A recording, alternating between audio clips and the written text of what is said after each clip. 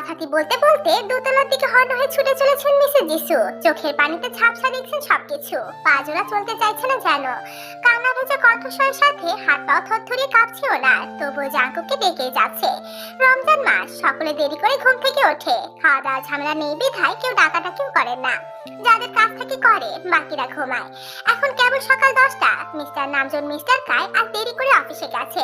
কিছুক্ষণ হলো Mrs jenny ইয়ঞ্জুন সোবিনকে নিয়ে গেছে কোচিং করাতে। রমজান মাস বিধায় এই 1 মাস সকাল 9টায় ক্লাস হবে।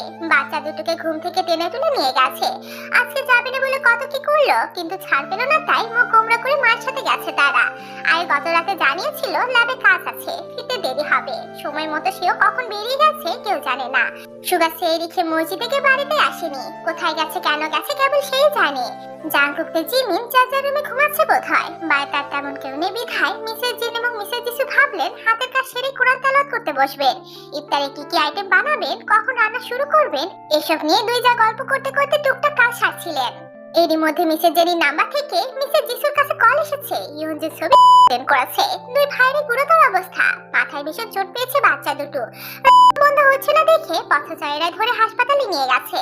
দু চোখের সামনে ছেলেদের অ্যাক্সিডেন্ট দেখে মিসেস জেনি সেই মুহূর্তে জ্ঞান হারিয়েছেন। পানি টানি ছিটেও জ্ঞান ফেরানো যায়নি ওনার। পরে ওনাকেও দুটো হসপিটালে ভর্তি করানো হয়েছে। কোন এক দয়াবান মিসেস যিশুকে ফোন কল করে এসব জানিয়েছে।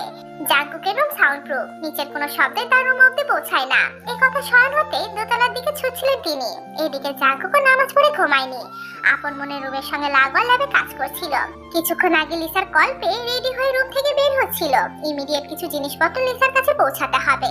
আপন মনে কিছু ভাবতে ভাবতে রুমের দরজা লক করতে করতে ঘাড় ঘুরিয়ে তাকাতে রুমের দিকে। মহারানী এখনো ঘুমাচ্ছে হয়তো। রোজা আছে, সারাটা দিন চটে থাকবে তার মেজাজ। কিছু বললে খ্যাক খ্যাক করে উঠবে। একটা কথা বলে 10টা কথা শোনাবে। ভুল করলে মারতে গেলে মায়া মায়া চোখে তাকিয়ে বলবে, রোজাদারকে মারতে নেই জাঙ্কুক ভাই, মাফ করে দিন। মাফ করা মহৎ গুণ। অথচ যত রাজের রাজায়রা কাজ করে বেড়াবে। এসব নতুন কিছু নয়, প্রতি বছরই এসব হয়। সবটাই তার জানা। এসব কথা দেশ না কাটতেই হঠাৎ তার কানে এসে পৌঁছালো মিসেস যিশু কান্নারত কণ্ঠস্বর। ছোট মা এভাবে কাঁদছে কেন, হঠাৎ কার কি হলো? ওদিকে কিছুক্ষণ আগে ফ্রেশ হয়ে জাঙ্কুককে বকতে বকতে চুলে বেনুনি করছিল তে। পরনে পার্পল কালার 3 পিস, কোচিং আছে। মন খারাপ বিধায় যাওয়ার ইচ্ছে ছিল না। কিন্তু শুধু জাঙ্কুকে যাওয়ানোর সুযোগ মিস করতে চায় না সে। ওই বিশুদ্ধ পুরুষ কি ভেবেছে দু একটা কড়া কথা বললেই সে আবেগ গ্রামের আবেশে সেজে পথে ঘাটে বের হয়ে কান দিয়ে বেড়াবে? দুঃখী সেজে শুয়ে বসে কাঁদতে কাঁদতে আবছর হয়ে যাবে? না, মোটেও তা করবে না। বরং আগে যা জ্বালাতো তার থেকে এখন বেশি করে জ্বালাবে। সে জানে মহামানব এখনো বাড়িতেই আছে। তার কাছে গিয়ে এখন থমথমে সুরে বলবে, এই জাঙ্কুক ভাই, গাড়িতে করে আমাকে কোচিং এর সামনে রেখে আসেন। এত রোদের মধ্যে হেঁটে যেতে পারবো না আমি। এই কথা শোনা মাত্রই যখন না বলবে তখনই কেঁদে কেটে একাকার করে ফেলবে। বড় আব্বুকে ফোন করে বলবে কথা। গতদিন খোঁচা মারা হয়েছিল না, তাই সব তুলবে সে। কি ভেবেছে কি সে যা বলবে সব মেনে নেবে? এসব ভাবতে ভাবতে বেরোতে পাক দিচ্ছিল সে। হঠাৎ মায়ের কান্না শুনে বেরোতে রাবার বাঁধতে পারলো না। তার আগে দৌড়ে বের হলো। এদিকে ঘটনা জানতে জাঙ্কুকও এগোচ্ছিল। ফলস্বরূপ আচমকা তের সাথে ধাক্কা লাগে তার। বিরক্তিতে চোখ মুখ কুঁচকে আসে। প্রশস্ত বুকের সাথে নাকে বাড়ি লেগে তের মুখ দিয়ে বেরিয়ে আসে ব্যথাতুর শব্দ। তবে অপ্রস্তুত ঘটনায় কেউ কিছু বলার সুযোগ পায় না। হন্তদন্ত হয়ে মিসেস যিশু উপস্থিত হয় সেখানে। ওদের দেখে হামা করে কেঁদে ফেলেন। উনি কাঁদতে পারেন না। একটু কাঁদলেই শ্বাসকষ্ট শুরু হয় ওনার। জাঙ্কুকও বুঝলো সিরিয়াস কিছু ঘটেছে। নতুবা এইভাবে কাদার মানুষ নন তার ছোট চাচি। ওনাকে আশ্বস্ত করতে সে গিয়ে একপাশে মা তুল্য চাচিকে বুকে জড়িয়ে ধরলো। তারপর খানিকটা নরম সুরে বলল, কি হয়েছে? এভাবে ছুটছো কেন? পরে ব্যথা পাবে তো। ও বাপ, ওই ছোট চাচু ঠিক আছে? তাহলে একজন কল করেছিল, ইউজুর ছবি দেখে করেছে। চল বাপ, এখনই আমাদের হাসপাতালে যেতে হবে। কে কল করেছিল? চিনো তাকে? পরিচয় দিয়েছে? তাকে চিনি না, তবে বললো পথচারী। জাঙ্কুক ভ্রু কুঁচকালো। মিসেস যিশুর হাতে থাকা ফোনটা নিয়ে কল লিস্টের প্রথমে থাকা মিসেস জেনির নম্বরে কল দিল। তবে কল রিসিভ করলো এক মহিলা। জাঙ্কুক বিনয়ী ভাবে কথা বলে জেনে নিল পুরো ঘটনা। কোন হাসপাতালে ভর্তি করা হয়েছে তাও শুনে নিল। ততক্ষণে বাড়ির সকলে দৌড়ে এসে হাজির। মুহূর্তে বাড়িতে কান্নাকাটির হিড়িক পড়ে গেল। যায় সন্তান বলে বাড়ির কোনো ছেলে মেয়েকে কখনো আলাদা নজরে দেখে না জীবনগিনীরা। তাদের মতে সবগুলো বাড়ির সন্তান, তাদের সন্তান। বাড়ির ছোট সদস্য হিসেবে ইয়ঞ্জুন ছবিন সবার কাছে একটু বেশি আদরে আহ্লাদে। বলা বাহুল্য তারা এই বাড়ির প্রাণ, বিনোদন পর্বের মূল উৎস। অথচ আদরে বাচ্চা দুটোর এই ঘটনায় জীবন বাড়ি স্তব্ধ হয়ে গেল। মিস্টার নামজন মিস্টার কায়ের কাছেও খবর চলে গেছে। ওনারা অফিস থেকে ছুটলেন হাসপাতালের উদ্দেশ্যে। তাদের সবাইকেও যেতে হবে, কারণ ইয়ঞ্জুন ছবিনের লাগবে। জাঙ্কুক আর সময় নষ্ট করলো না, শুধু মা চাচিদের উদ্দেশ্যে বলল, গাড়ি বের করি, দ্রুত এসো। এই কথা বলে গাড়ির চাবিটা দ্রুত পার্কিং লটের দিকে ছুটলো। তার গাড়ি বের করতে করতেই মিসেস জিসু তেজিমিন এসে দাঁড়িয়েছে। তারা যাবে হসপিটালে। জাঙ্কুক ড্রাইভিং সিটে বসে কাঁদতে থাকা তের দিকে একবার তাকালো। কাঁদতে কাঁদতে চোখ মুখ লাল করে ফেলেছে, রীতিমতো ফোপাচ্ছে এখনো। কান্নার পাড়া দেওয়া ছাড়া এই মেয়ের পারে বা কি? তাছাড়া ওকে কিছু বলা না বলা সমান। তাই তেকে কিছু না বলে জিমিনকে বলল, বাড়ি খালি করে দল বেঁধে যাওয়ার প্রয়োজন দেখছি না, ওকিনে বাড়িতে থাক, আমি আপডেট জানাবো। জিমিন সম্মতি জানালেও তে জাঙ্কুকের কথা তোয়াক্কা না করে আগে জাঙ্কুকের পাশে সিট দখল করে বসে পড়ল। ধমকে তাকে গাড়ি থেকে নামানোর আগে তে জেদি সুরে বলল, গাড়িতে না নিলে রিকশা করে যাব। তাও যাবই। তর্ক করার সময় নেই দেখে কেউ কথা বাড়ালো না। জাঙ্কুক গাড়ি স্টার্ট করে দ্রুত গতিতে জীবন নিবাসের গেটে বেরিয়ে গেল। অগত্যা জিমিন একাই বাড়িতে থেকে গেল। আচ্ছা, সুগা কোথায়? সে শুনেছে ঘটনা। রঞ্জনের নাকি লাগবে, তারা সুগা ইউজনকে রক্ত দিতে গেলে সুগাকে প্রয়োজন। কিন্তু সেই বান্দা এখন কোথায়? বাড়ি ফিরছে না কেন এখনো? একবার কল করে দেখবে। এসব ভেবে ফোন হাতে নিতে দারোয়ান কাকা দৌড়ে এলো তার কাছে। হাঁপাতে হাঁপাতে বলল, আমার সর্বনাশ হয়ে গেছে। কেরা জানি সুগা বাবার পার্টি অফিস চুরচুর করে আলাইছে। সুগা বাবা কারে জানি খুঁজতেছে। কারে মারছে? মুই তারে চিনি না, তাই বললাম ওই আমের পুত নাকি পার্টি অফিসে আগুন দিতে আইছিল। ও, আপনি যাইবেন আম্মা? চলেন আপনারা নিয়ে যাই। না, আমি কি করব? সুগা বাবা করতেছে, তাও যাইবেন না? তারা পুরুষ মারামারি করছে, সেখানে আমি অবলা মেয়ে গিয়ে কি করব? যাই হোক কাকা, আপনি বারবার গেট ছেড়ে বাইরে যাবেন না, আমি একা বাসায়। আর আপনিও যদি বারবার এদিক ওদিক যান তাহলে বাবার কানে গেলে ভালো কিছু হবে না। আর যাবো না আম্মা। ঠিক আছে। এই কথা বলে জিমিন সোজা বাড়ির ভিতরে চলে এলো। তার এমন কাঠখোট্টা জবাবে দারোয়ান কাকা অবাক হলেন না, কারণ উনি এই বাড়িতে চাকরি করেন তাও 5-7 বছর হবে। বাড়ির সবাইকে পুরোপুরি না চিনলেও মোটামুটি চিনেন জানেন। জীবন নিবাসের এতগুলো সদস্যের ভিড়ে সবাই হাসি খুশি হলেও এই মেয়ে বরাবরই একটু অন্যরকম। অবাক করা ঘটনাগুলোতেও কেন জানি অবাক হয় না এই মেয়ে। যেমন ছোট ভাই আছে, তার কি উচিত না কেঁদে কেটে একসা হওয়া, যেমন তে হয়েছে? কিংবা সুগার পার্টি অফিস কে বা কারা ভেঙেছে, এটা নিয়ে একটু চিন্তিত হওয়ার কথা। কিংবা সুগার কাকে এটা শুনে ছুটে গিয়ে দেখার কথা। কিন্তু না, সে বরাবরের মতোই শান্ত। তার হাবভাব এমন যেন কিছুই ঘটেনি, সব স্বাভাবিক। সব পার্টি অফিসের সামনে দাঁড়িয়ে কিছুতেই সুগাকে ছাড়াতে পারছে না জ্যাকসন। বারবার ছাড়তে বলেও কাজ হচ্ছে না। সে সমানে একটা ছেলের মুখে খুশি মেরেই যাচ্ছে। তাদের কথা শুনে মনে হচ্ছে ওরা পূর্ব পরিচিত। তাহলে কিসের পাশে শত্রুতা? শত্রুই যখন, তখন খালি হাতে পায়ে লাগতে আসার মানে কি? যদিও বুঝতে পারছে সুগা এমনি মার ছেলেটাকে, সে মার খাওয়ার কাজই করেছে। যখন এই কথা বুঝেছে তখন সুগাকে বাধা না দিয়ে আরাম করে বসেছে। রোজা না থাকলে চিপস খেতে খেতে আরেকটু মজা নেওয়া যেত। এই কথা ভেবে সে আইফোন বের করে সেলফি নিল। সেলফিতে দেখা যাচ্ছে তার পিছনে সুগারা মারামারি করছে। এমন সময় কারো সেলফির কথা মনে আসতে পারে? তার আসে। তার ফোনের অনেক ছবি উদ্ঘট পরিস্থিতিতে তোলা। সেই তুলেছে যাতে স্মরণ করতে সুবিধা হয়। ঘড়িতে তখন বেলা 10:30। চড়া রোদ, গায়ে রোদ পড়তে গা চিটমিটে উঠছে দেখে জ্যাকসন ছায়ায় দাঁড়িয়ে দেখতে থাকলো সুগার মার। ভাইটা তার ভালোই মারপিট করে। রাজনীতি না করে সরাসরি সিনেমার হিরো হলেও পারতো। দেখতে শুনতে হিরো মার্কা, বেশ ভালো অভিনয় জানে। তাহলে হিরোর চরিত্রে অভিনয় করতে তার কি সমস্যা?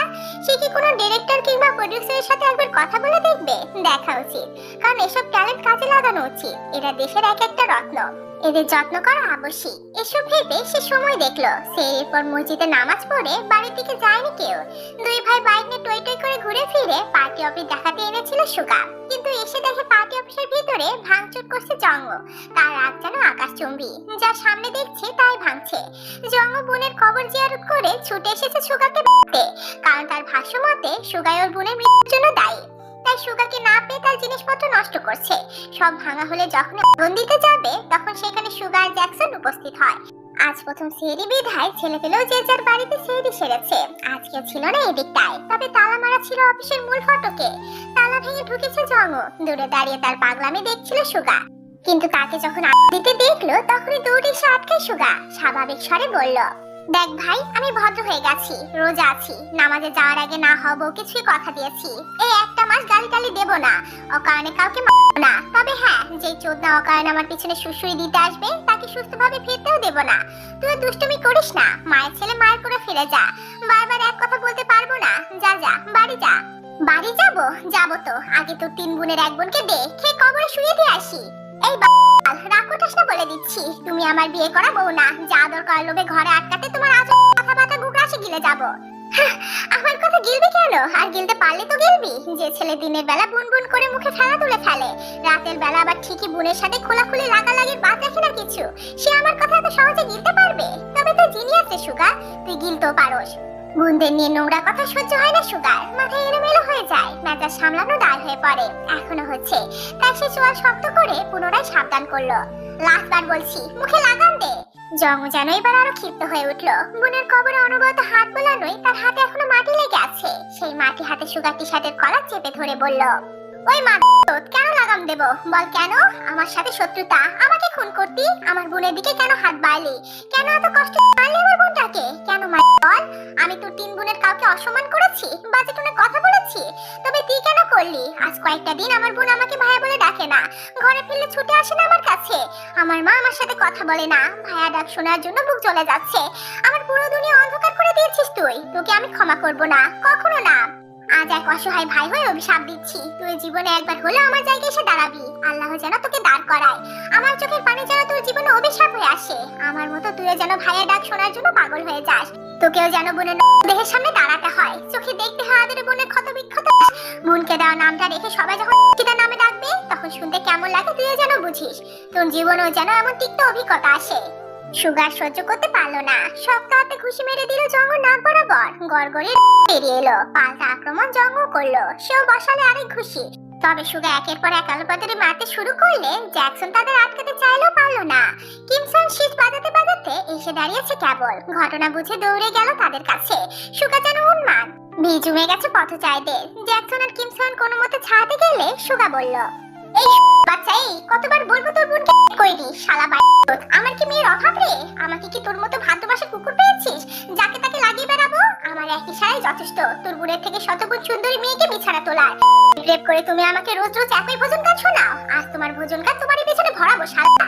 এই কথা বলে সুগা জঙ্গকে ধাক্কা মেরে অফিস রুমে ঢুকলো। তারপর ড্রয়ার খুলে একটা পেন ড্রাইভ এনে জঙ্গর মুখের উপর ছুঁড়ে মেরে বলল, এটা দেখ কে তোর বোন করিয়েছে, সেই সাথে শুনেও নাও, তোদের সময় নেই সুগার, আমার রুচি এত জঘন্য না, সব চোখের সামনে থেকে যা সর, আজকের পর থেকে যদি আমার চোখের সামনে পড়িস তাহলে তুই শেষ। এই কথা বলে জঙ্গুকে আরেকটা কিক মারতে জ্যাকসন কানে ফোন ধরা অবস্থাতে চিৎকার করে উঠলো। সুগা ভ্রুকুচকে তাকালে জ্যাকসন বলল, ভাই জাঙ্কু কল করেছে, দুটো হসপিটালে চলো, তোমার আর ইয়ঞ্জনের নাকি একই। তো জুনিয়রদের অ্যাক্সিডেন্ট গেছে ভাই, দ্রুত চলো। এরপর সংক্ষিপ্ত আকারে পুরো ঘটনা শুনে সুগা প্রাণপণে বাইক নিয়ে ছুটতে শুরু করলো। তাদের যেতে দেখে জঙ্গ মুখ ভর্তি রক্ত থু করে ছুঁড়ে ফেললো, তারপর হাতে নাক মুছে মাটিতে শুয়ে বলল, মৌমাছির চাকের মতো তোর বিপদ ঘুরঘুর করছে রে সুগা, কতদিন সামলাবি তুই, কতবার সেভ করবি বোনেদের, তোর বাগানের সেরা ফুলটাকে তুলবে সিয়ন হো, দুমড়ে মুছে শেষ করবে সে। আজকে তোর সময়টা খুব ভালো যাচ্ছে রে, তবে ভালোর পরে মন্দের আসনটা ভুলে যাস না। আমার বিশ্বাস তোদের নাকানি চুবানি খাওয়াতে শুধু সিয়ন হয়ে যথেষ্ট। রেডি থাক, একে একে সব টাকা ফিরিয়ে দেওয়া হবে তোদের। RLRC নামের এক উন্নত মানের হসপিটালের ওটির সামনে বসে আছে জীবন নিবাসী প্রত্যেকটা সদস্য। চোখ ভর্তি জল নিয়ে চাতক পাখির ন্যায় তাকিয়ে আছে ওটির দরজার দিকে। ইয়ঞ্জন সোবিনের অপারেশন এখনো চলমান, গায়ের কাজ ঢুকে গেছে বাচ্চা দুটোর মাথাও বুকে। গুরুতর আঘাত পাওয়ার সাথে সাথে জ্ঞান হারিয়েছিল তারা। পথচারী মানুষটি মিসেস জিসুকে ভুল তথ্য জানিয়েছিল মিসেস জেনি তেমন আঘাত পায়নি, অথচ হসপিটালে এসে দেখা গেছে সবচেয়ে সেই বেশি আঘাতপ্রাপ্ত। অসহায় মা হয়ে যখনই বুঝেছে কাইটা তাদের দিকে ধেয়ে আসছে, তখনই সে বাচ্চা দুটোকে বুকে আগলে নিয়েছে। ফলস্বরূপ তার পিঠে লেগেছে সম্পূর্ণ আঘাত। ডাক্তারদের ধারণা মতে মেরুদণ্ডের হাড় ভেঙে গেছে ওনার। পরীক্ষা করা হয়েছে, রিপোর্ট পেলে জানা যাবে মোট কয়টা হাড় ভেঙেছে। এদিকে ইয়ঞ্জন ছবি জমজ, জন্মগত ত্রুটি থাকায় কম বয়সে বেশি পাওয়ারের চশমা পরে তারা। এখন আবার এত বড় মাথায় নাকি আঘাত পেয়েছে, তিনজনেরই ক্রিটিক্যাল অবস্থা। তাদের চিন্তায় সকলে অস্থির। পথচারীরা প্রথমে যে হসপিটালে ভর্তি করেছিল সেখান থেকে ইমিডিয়েট এখানে আনা হয়েছে। এই হসপিটালে সবসময় বিদেশি ডাক্তারদের আনাগোনা থাকে, চিকিৎসার মানও অনেক উন্নত। তাছাড়া এই হসপিটালে জাঙ্কুক সহ তার সব ফ্রেন্ডের শেয়ার আছে, কাজের সূত্রে চেনা জানা পরিচিত ডাক্তারও আছে। তিনজন গুরুতর আহত হয়, তিনজনের ইমিডিয়েট প্রয়োজন। হসপিটাল কর্তৃপক্ষ চেষ্টা করে যাচ্ছেন সব দিক সামাল দেওয়ার, কিন্তু ইউজনের শরীরে অন্য স্যুট করছে না। এক ব্যাগের খানিকটা রক্ত শরীরে প্রবেশ করা মাত্রই তার শরীরে দেখা দিচ্ছে লাল লাল গুটি। ডাক্তাররা ব্যাপারটা খেয়াল করা মাত্রই রক্তটাও বন্ধ করে দিয়েছে। এই কথা জানা মাত্রই জাঙ্কুক জ্যাকসনকে কল করে জানিয়েছে সে আর সুগা যেখানেই থাকুক হসপিটালে যেন উপস্থিত হয়। তার কল পেয়ে ঝড়ের গতিতে উপস্থিত হয়েছে দুই ভাই। রোজা অবস্থাতে শুয়ে পড়েছে ছোট ভাইদের দেওয়ার জন্য। ইয়ঞ্জনকে দিল সুগা। ভাগ্যবশত এবার আর কিছু হলো না ইয়ঞ্জনের। সবিনের মিলে তের সাথে। বাড়িতে এই দুজনের তো আবার ও পজিটিভ, কিন্তু তের বয়স কম, ওজন কম। এর আগে কাউকে তো দেয়নি সে। তাছাড়া বাচ্চা মেয়েটা রোজা আছে, তাই তের দিতে কেউ রাজি না। তে বারবার অনুরোধ করেও কাউকে রাজি করাতে পারলো না। তখন সে জাঙ্কুকে সামনে দাঁড়িয়ে ফুপাতে ফুপাতে বলল, আমার ছোট ভাইটা কষ্ট পাচ্ছে, তার প্রয়োজন। আমার দেহ অনেক থাকার পরেও যদি ভাইদের দিতে না পারি, তাহলে নিজেকে মাফ করতে পারবো না জাঙ্কুক ভাই। প্লিজ আমাকে দিতে দিন। জাঙ্কুক নির্বাক দৃষ্টিতে তাকিয়ে আছে। তখন থেকে সমানে কেঁদেই যাচ্ছে। তের কথা শুনে বড়রা এগিয়ে এলেন। মিস্টার কাই চোখ মুছে তের দু হাতে চুমু এঁকে ভেজা কণ্ঠে বললেন, সোনা মা আমার, তুমি নিজেও তো বাচ্চা, দিলে তুমি অসুস্থ হয়ে যেতে পারো, একটু ম্যানেজ হয়ে যাবে মা। আমার কিচ্ছু হবে না চাচু, তোমরা বোঝার চেষ্টা করো। সত্যি বলছি, আমার কিচ্ছু হবে না। আমাকে দিতে দাও, আমি রক্ত দেব। সে নিজের কথায় অটল, সে রক্ত দেবে। এই সময় মেয়ে জেদ দেখে মিসেস জিসু দম করে একটা কিল বসিয়ে দিলেন তের পিঠে। তে ঠোঁট উল্টে কেঁদে কেঁদে বলল, নিবানা তো, সত্যি নিবানা? তাহলে আমিও বলছি, এখন আমার তো না নিলে আমি এক্ষুনি বাসায় যাব। তারপর ধারালো ছুরিতে হাত রক্ত জড়াবো। যে রক্ত আমার ভাইয়ের গুরুতর অবস্থাতে কাজে লাগে না, সে তো শৈলেই রাখবো না। এই কথা শুনে অনেকে তাকে বোঝালো, কাজ হলো না। জেদি এক রক্ষাতে জেদের কাছে সবাইকে হার মানতেই হলো। সে ছোট ভাই তো দিবেই দিবে। তার এমন পাগলামিতে জাঙ্কুক আর বারণ করলো না। নার্সকে ইশারা করলো তাকে ভিতরে নিয়ে যেতে। একটু পরে এক মেয়েকেও সেখানে পাঠালো। মেয়েটি নার্সকে যেতে বলে এর সাথে টুকটাক কথা বলতে বলতে রক্তনার প্রসেস শুরু করলো। গল্পে গল্পে বোকাতে এটা খেয়ালই করেনি জাঙ্কুকের ইশারায় হাফ ব্যাগেরও রক্তনা হয়েছে, এবং সেটা যেন তার চোখে না পড়ে তাই অন্য ব্যাগ ভর্তি রক্ত রেখে দেওয়া হয়েছে। ব্যাগ ভর্তি রক্ত দেখে তে ভেবেছে রক্ত, তাই রক্ত দেওয়া শেষে তার মুখে হাসি ফুটেছে। কিন্তু উঠতে গিয়ে মাথা ঘুরে উঠে চোখে অন্ধকার দেখছে। দুর্বলতে পড়ে গেলে শক্ত একজোড়া হাতের মালিক তাকে আগলে ধরেছে। তের মাথা ঠেকেছে এক মানবের প্রশস্ত বুকে। তে চোখ বন্ধ করে আঁকড়ে ধরেছে সে মানুষটাকে। নাকে বিচ্ছে পরিচিত প্রিন্স অ্যাভেন্টাস নামের আইকনিক ও বিলাসবহুল পারফিউমের সুঘ্রাণ, যেটা ফ্রুটি উডি স্মোকি এবং খুবই ব্যালেন্স। তাদের বাড়িতে জাঙ্কুক ভাই এটা ব্যবহার করে। সেই হিসেবে নেত্রজোড়া না খুলে আত্মবিশ্বাসের সাথে বলে দিতে পারবে এটা তার জাঙ্কুক ভাই। পড়তে দিলে জাঙ্কুক এখন নিশ্চয়ই তাকে ঝাড়ি মারবে। সে কথা ভেবে সেভাবে বুকে মাথা ঠেকিয়ে বিড়বিড় করে বলল, একদম ঠিক আছে জাঙ্কুক ভাই, সামান্য একটু মাথা ঘুরছেই যান। এই কথা শুনে জাঙ্কুক বেশ কিছুক্ষণ সেভাবে দাঁড়িয়ে রইল। তারপর পাশে একটা কেবিন দেখে মিসেস জিসুকে বলল তাকে শুয়ে দিয়ে আসতে, কিছুক্ষণ রেস্ট নিক সেখানে। জাঙ্কুকের কথা শুনে মিসেস জিসু তাই করলেন। এদিকে জাঙ্কুকের কল্পে ছুটে এসেছে লি জং সুক ইউনো এবং চ্যানোয়েল। কিছুদিন ধরে বিশেষ কাউকে নজরদারিতে রাখতে কার ঢাকা দিয়েছিল ওরা। কাজের কাজ হয়ে গেছে এবং পাকাপোক্ত খবর এনেছে আজকের এই ঘটনাটা পরিকল্পনা মাফিক। এসব ঘটিয়েছে মাফিয়া কিম কিম সিওন হো, তবে কারো কাছে সেটা প্রকাশ করলো না, নিজেদের মাঝে গোপন রাখলো। তারা ম্যাজিকের মতো ব্যাগ ব্যবস্থা করে ফেললো। তাদের এক একজনের উপস্থিতিতে ব্যস্ত হয়ে পড়লো ডাক্তার আর নার্সরা। 2 ঘন্টা পেরিয়ে গেলে ওটি লাল বাতি নিভে গেল।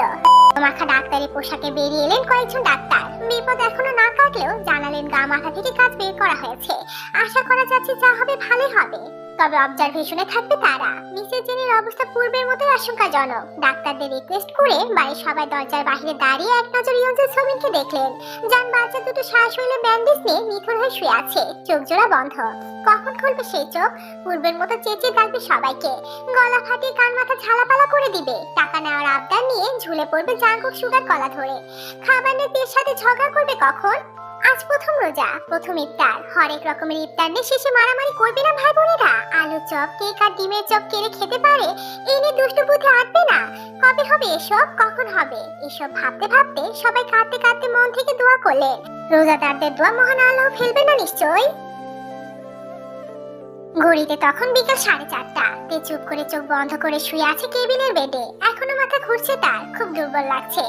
দেওয়ার আগে বোঝেনি এত খারাপ লাগবে। রোজা থাকায় কিছু খেতেও পারছে না, ঘুম আসছে না। মিসেস জিসু থেকে শুনেছে ইয়ঞ্জুন ছবি নাকি ভালো আছে। ডাক্তার বলেছে খুব তাড়াতাড়ি সুস্থ হয়ে বাড়ি ফিরে যাবে। এই কথা শুনে সে মহান আল্লাহর কাছে শুকরিয়া জানাচ্ছে প্রতিটি ক্ষণে। কিন্তু চিন্তা হচ্ছে মেজমার জন্য। বাড়িতে মেয়েদের মধ্যে সবচেয়ে বেশি ফ্রেন্ডলি মিসেস জেনি। তারা বোনেরা পার্সোনাল সব কথাগুলো আগে মেজমাকে জানায়। সমাধানও পায় জলদি জলদি। মেজমা ঠিক হয়ে যাবে তো? এসব ভাবতে ভাবতে তার চোখের কোণ গড়িয়ে জল গড়িয়ে গেল। আঘাত পেয়ে কতই না কষ্ট পেয়েছে মেজমা। চোখের উপর হাত রেখে নীরবে কাঁদতে কাঁদতে কারো উপস্থিতি টের পেল। কান্নার শব্দ যেন সেই ব্যক্তি বুঝতে না পারে, তাই নিজেকে সামলালো। কিন্তু লাভ হলো না। চোখ মুছতে না মুছতেই চোখ ভিজে উঠলো। কেবিনের দরজা ভিড়িয়ে জ্যাকসন ভিতরে এলো, বসলো বোনের শিওরে। এক হাতের মাথায় রাখলে তে চোখ খুললো। জোরপূর্বক হাসার বৃথা চেষ্টা করলো। তার চোখ মুখ দেখে জ্যাকসন দীর্ঘ শ্বাস ফেললো। মেয়েটা কারো কষ্ট দেখতে পারে না। পর কিংবা আপন কাউকে কষ্ট পেতে দেখলে সেও কষ্ট পায়। এত নরম হলে কিভাবে হবে? এই পুতুলটাকে জাঙ্কুক সামলাবে কিভাবে? কিভাবে দুনিয়াদারি বোঝাবে? মনে মনে এসব ভেবে সে তের মাথায় হাত বুলিয়ে দিল। তারপর বোনের মন ভালো করতে ঠোঁটে হাসি ফুটিয়ে বলল, জাঙ্কুক পাঠালো তোর খোঁজ খবর নিতে। জাঙ্কুক ভাই কোথায়? কোথায় যেন গেল। যাওয়ার আগে বলে গেল তোর খেয়াল রাখতে। এ কথা শুনে তের মুখ মলিন হয়ে গেল। মেজা চোখের কোণে জমলো অশ্রুকণা। সেদিনের পর থেকে জাঙ্কুক তার সাথে কথা বলে না। সে বলতে গেলেও না।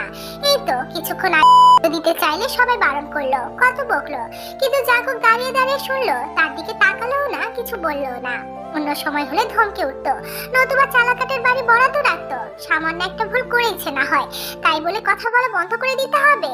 সে জানে না তাকে না জানালে, তার সাথে ঝগড়া না করলে তার দিন ভালো যায় না, একদম তো শান্তিও পায় না। তবু এত পাশান হতে হবে? কেন হতে হবে? একটু নরম হলে কি হয়? তার বেলায় এত কঠিন পানিশমেন্ট কেন? এসব ভেবে সে কান্না সামলাতে পারলো না। ঠোঁট উল্টে শব্দ করে কেঁদে দিয়ে বলল, সেদিনের পর থেকে জাঙ্কুক ভাই আমার সাথে কথা বলেন না, ওনার রুমেও ঢুকতে দেয় না, আমাকে একেবারে পর করে দিয়েছে।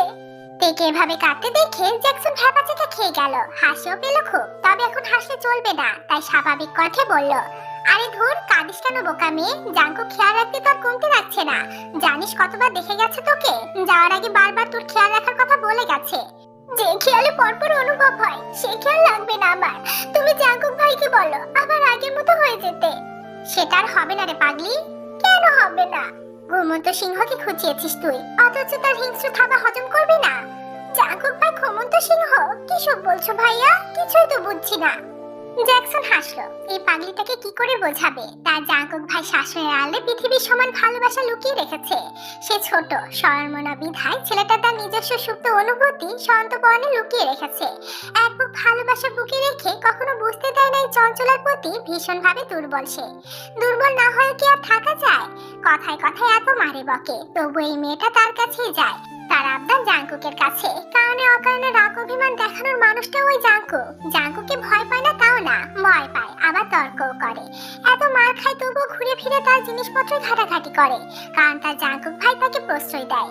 শাসনের আড়ালেই থাকে প্রশ্রয়। নিউবুঝ মেয়েটাও বোঝে না সেসব।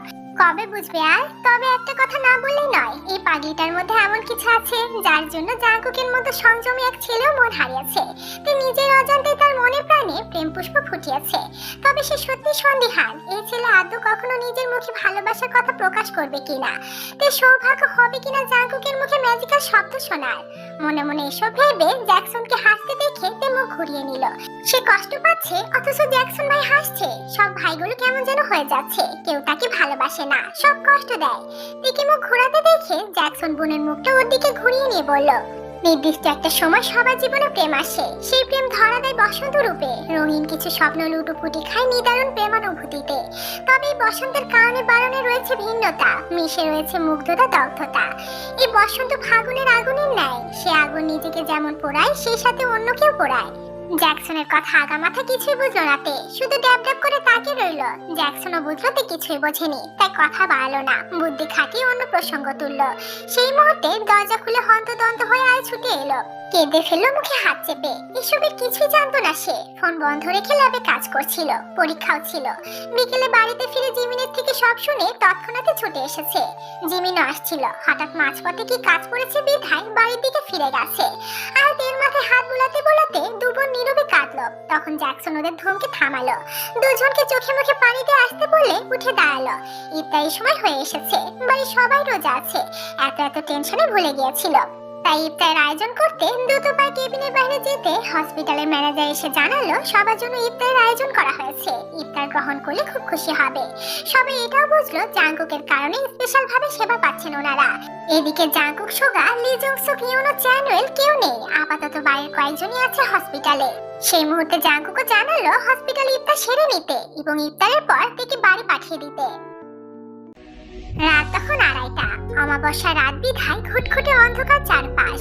এমন সময় চন্দ্রবিন্দু নিকটন নামের ভাঙা বাড়ির সামনে দাঁড়িয়ে আছে এক মানবী। বয়স আন্দাজ করা না গেলেও ধারণা মতে উচ্চতা 5 ফুট 5 ইঞ্চি, পরনে ব্ল্যাক জিন্সের সঙ্গে লেডিস লেদার জ্যাকেট, মাথায় হেলমেট। সে গত 2 সপ্তাহ যাবৎ ঝাউবনের আলে দাঁড়িয়ে বাড়ির দিকে তীক্ষ্ণ নজর রাখে। কেন রাখে, সে কে, এসব জানে না সিওনহো। তবে অন্ধকার রুমে বসে গতকাল থেকে মেয়েটাকে দেখে মিটি মিটি হাসছে। লুকোচুরি খেলা পছন্দ করে না, আর যাবে নাকি মেয়েদের মুখ দর্শন করতে। গেলে মুখে দেখবে, কথা দিতে পারছে না যদিও, কারণ সে নারী লোভী। নারী দেহ নেশার মতো টানে তাকে। রেড ওয়াইন আর নারীতে বিশ্রী ভাবে আসক্ত সে। কি আর করার, পুরনো অভ্যাস তো, ছাড় ইচ্ছে নেই যদিও। মনে মনে এসব ভাবতে ভাবতে সে ভাঙা বাড়ির পিছনে দরজা দিয়ে বের হলো। নিঃশব্দে চলাফেরা করায় পারদর্শী সে, কিন্তু গিয়ে দূর থেকে খেয়াল করলো মেয়েটি সেখানে নেই। পালিয়ে গেল নাকি, আশেপাশেও কেউ নেই। কাউকে না দেখে সিওনহো শীষ বাজালো। মুহূর্তেই তার মতো করে আরেকটা শীষ বাজলো। অবাক হলো সিওনহো, ওই মেয়েটা নাকি শীষ বাজাতেও পারে। বাহ, দারুণ তো। তার কি কি পারে সে, তবে শত্রুকে দুর্বল ভাবে নেওয়ার বোকা সে নয়।